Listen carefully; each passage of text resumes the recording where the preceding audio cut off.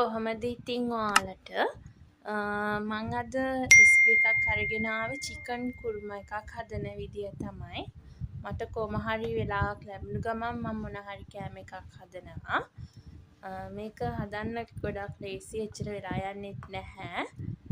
මම මෙතන chicken gram 500ක් වගේ අරන් තියෙන්නේ. එතකොට අපිට ඕනේ වෙනවා ලොකු ලුණු, ලොකු තක්කාලි ගෙඩි 3ක්, එතකොට අමු මිරිස්, ඉඟුරු, සුදු ලුණු, කරපිංචා, ඒ ටිකක් තමයි ඕනේ වෙන්නේ. තව පේස්ට් එකක් හදාගන්න. ඒකට කජු නැත්තම් රට කජු, එහෙම නැත්තම් ආමන්ඩ් ඔයාලට ගන්න පුළුවන්. මං ගාව ආමන්ඩ් තිබුණ හින්දා මං ආමන්ඩ් ගත්තා. පොල් කෝප භාගයක් වගේ ඕනේ වෙනවා. කොට කුරුඳු, එනසාල්, කරාබු නැටි ටිකක් ඕනේ වෙනවා. මේ ටික තමයි ඕනේ මේක හදාගන්න. ඉස්සෙල්ලා ලුණුයි තක්කාලි මේ විදිහට කපා ගන්න ඕනේ. ලොකු ලුණු ගන්න. ලොකු ලුණු ගෙඩි 3ක් ගත්තොත් ඇති. දැන් මේක හදාගන්න මුලින්ම තෙල් ටිකක් එකතු කරගන්නවා තාච්චියට. තෙල් ටිකට අපි කපාගත්ත ලුණු ටික එකතු කරලා හොඳට බැඳ ගන්න ඕනේ. ලුණු ටික ගෝල්ඩ් පාට වෙනකන් අපි බැඳ ගන්න ඕනේ.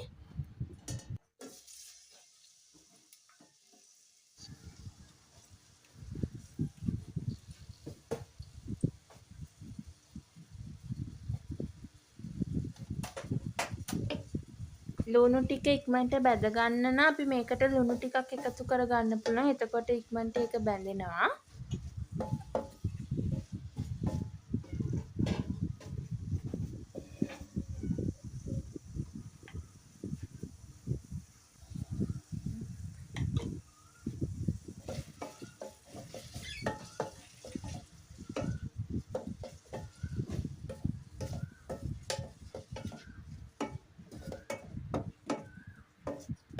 මේක මේ විදිහට බැඳෙනකොටම අපිට පුළුවන් පේස්ට් එක රෙඩි කරගන්න. කුරුමා එකට අපි පේස්ට් ටිකක් තමයි හදාගන්න ඕනේ.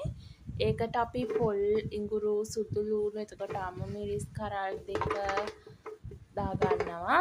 ඊට පස්සේ අපිට මං මේ පොඟවන්න දාපු ආමන්ඩ් ටිකක් තියෙනවා. ඒ ටික අර වතුර එක්කම දාගන්න ඕනේ. ඊට පස්සේ කුරුඳු, එනසාල්, කරාබු නැටි ටිකත් ඒකටම දාගෙන හොඳට පේස්ට් ටිකක් විදිහට බ්ලෙන්ඩ් කරගන්න ඕනේ.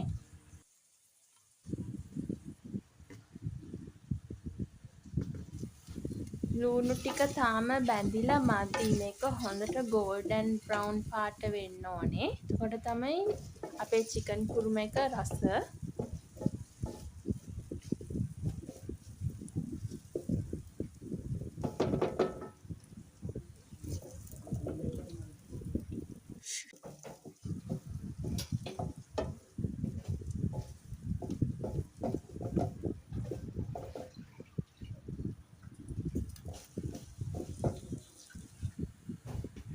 දැන් මේක ටිකක් බැඳිලා තියෙන්නේ. දැන් අපිට පුළුවන් මේකට කපාගත්ත තක්කාලි ටික එකතු කරගන්න. තක්කාලි ටිකත් එකතු කරගෙන මේක හොඳට අපි ග්‍රේවි එකක් එන විදිහට, ඒ කියන්නේ තක්කාලි ටික හොඳට තැම්බෙන්න ඕනේ.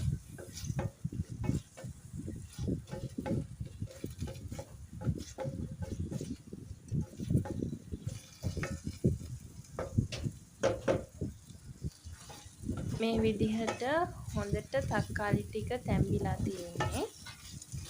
දැන් අපිට මේකට කරපිංචා ටිකක් එකතු කරගන්න පුළුවන්. රම්පේ කරපිංචයි.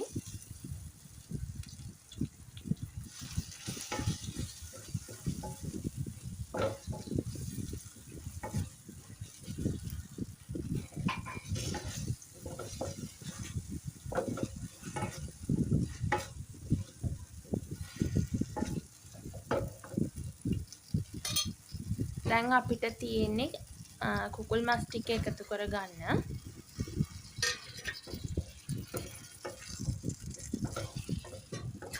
මේක ගොඩක්ම කන්න පුළුවන් රොටි එක, නාන් රොටි, එතකොට පරාටා එක කන්න පුළුවන්.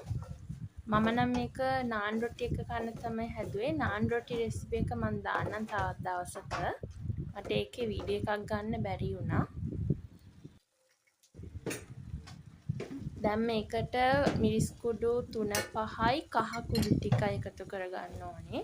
ගොඩාක්ම එකතු කරගන්න එපා. සාමාන්‍යයෙන් තේ හැන්ද වගේ එකතු කරගන්න. ඊට පස්සේ ලුණු ටිකක් එකතු කරගෙන හොඳට මික්ස් කරගන්න ඕනේ.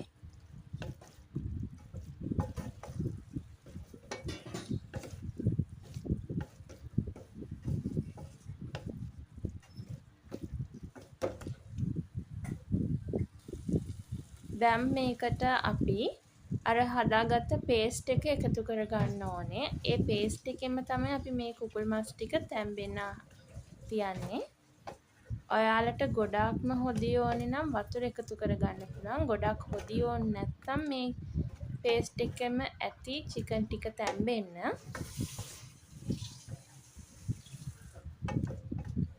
කුරුම එක සාමාන්‍යයෙන් ගොඩාක්ම හොදි තියලා හදන්නේ නැහැ. හැබැයි හොදි ඕනේ අයට නම් පොඩක් වතුර ටිකක් දාලා හොද්දක් විදියට හදා ගන්න පුළුවන්. එහෙම නැත්නම් මේ විදියට thickness එකටම ගන්න පුළුවන්.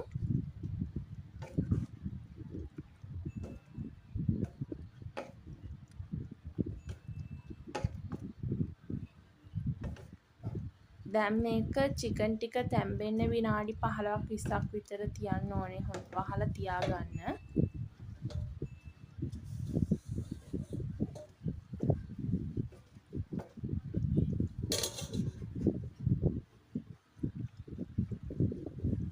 ඊට පස්සේ මේකට බටර් ටිකක් එකතු කරගන්නවා මං.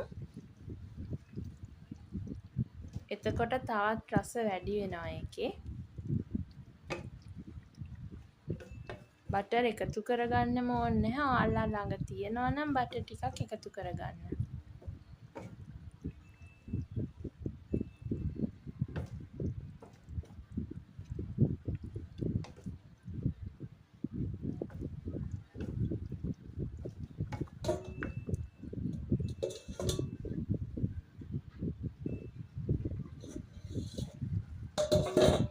දැන් කුකුල් මස් ටිකත් හොඳට තැම්බිලා තියෙන්නේ. චිකන් කුරුම එක රෙඩි.